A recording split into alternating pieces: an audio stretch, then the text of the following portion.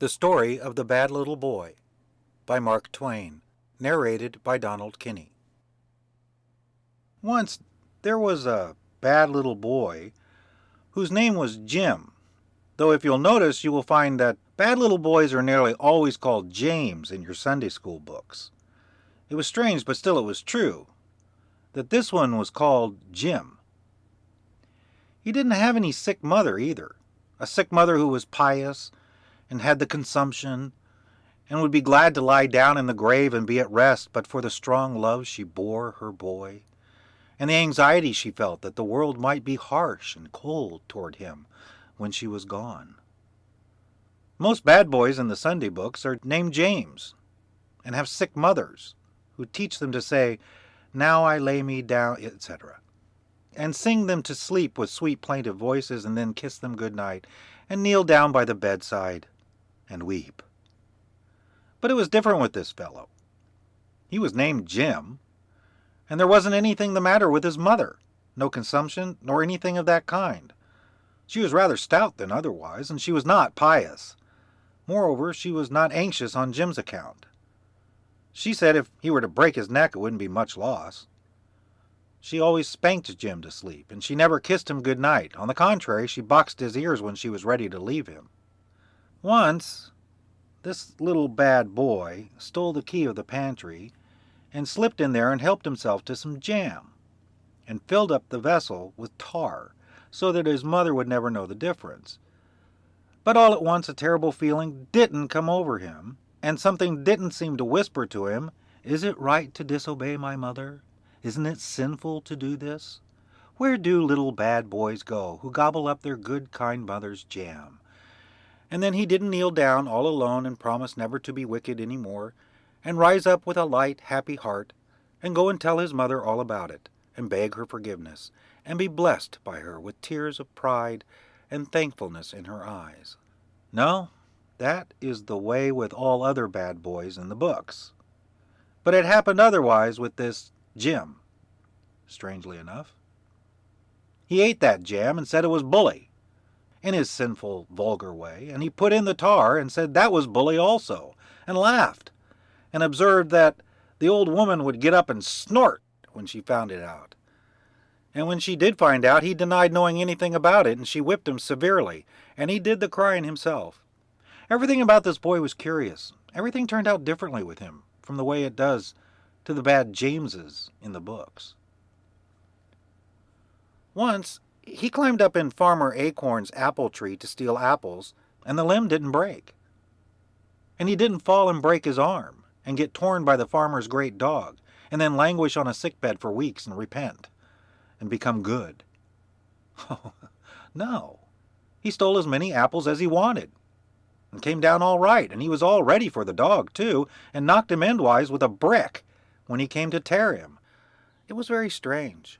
Nothing like it ever happened in those mild little books with marbled backs and with pictures in them of men with swallowtail coats and bell-crowned hats and pantaloons that are short in the legs, and women with the waists of their dresses under their arms and no hoops on.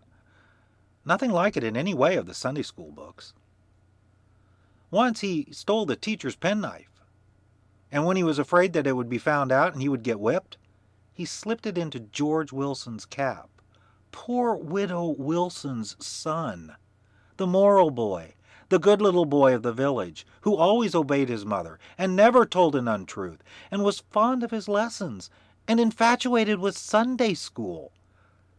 And when the knife dropped from the cap and poor George hung his head and blushed, as if in conscious guilt, and the grieved teacher charged the theft upon him, and was just in the very act of bringing the switch down upon his trembling shoulders, a white-haired improbable justice of the peace did not suddenly appear in their midst, and strike an attitude and say, "Spare this noble boy. There stands the cowering culprit. I was passing the school door at recess, and unseen myself, I saw the theft committed."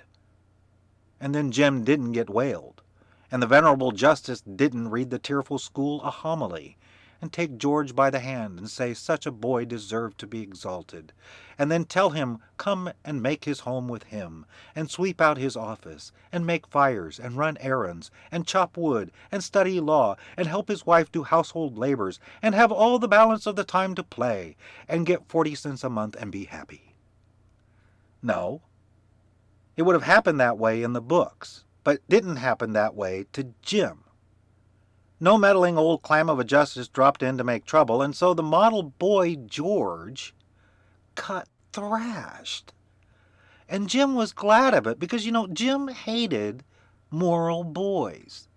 Jim said he was down on them milksops. Such was the coarse language of this bad, neglected boy. But the strangest thing that ever happened to Jim was the time he went boating on Sunday and didn't get drowned. And that other time that he got caught out in the storm when he was fishing on Sunday and didn't get struck by lightning. Why, you might look and look all through the Sunday school books from now till next Christmas, and you would never come across anything like this. No, you would find that all the bad boys who go boating on Sunday invariably get drowned. And all the bad boys who get caught out in storms when they are fishing on Sunday infallibly get struck by lightning. Boats with bad boys in them always upset on Sunday, and it always storms when bad boys go fishing on the Sabbath. How this Jim ever escaped is a mystery to me. This Jim bore a charmed life. That must have been the way of it.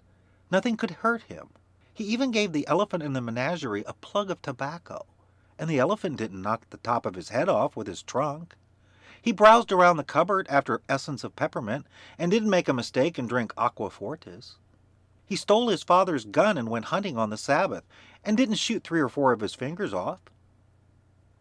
He struck his little sister on the temple with his fist when he was angry, and she didn't linger in pain through long summer days and die with sweet words of forgiveness upon her lips that redoubled the anguish of his breaking heart. No, she got over it. He ran off and went to sea at last, and didn't come back and find himself sad and alone in the world, his loved ones sleeping in the quiet churchyard, and the vine-embowered home of his boyhood tumbled down and gone to decay. No, he came home as drunk as a piper and got into the station house the first thing.